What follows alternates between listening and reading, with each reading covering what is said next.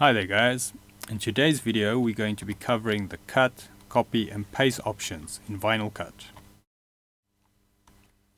Today's video can be found on softwaretraining.co.za.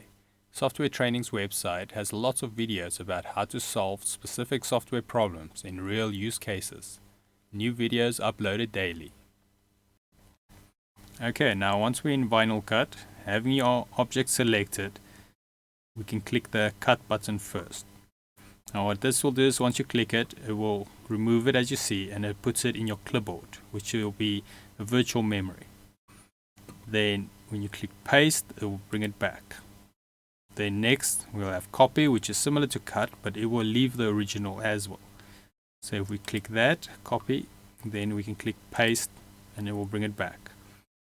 Now you can do the same thing with multiple objects. If you select both, you click copy or cut, click paste, and it'll have multiple of those. Another way to copy, cut and paste is we go here to edit. Here we've got cut, copy and paste.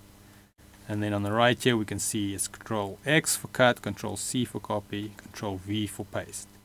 Now you'll see we have paste in place and paste autofill. We'll be covering that in another video. Well, thank you for watching this video. For more videos like this, visit softwaretraining.co.za. You can easily navigate by software name, version, and select the topic you would like to watch. You search a challenge you're facing. If you do not find the answers you're looking for, you can also submit a request here, so we can make the video for you. Till next time, cheers.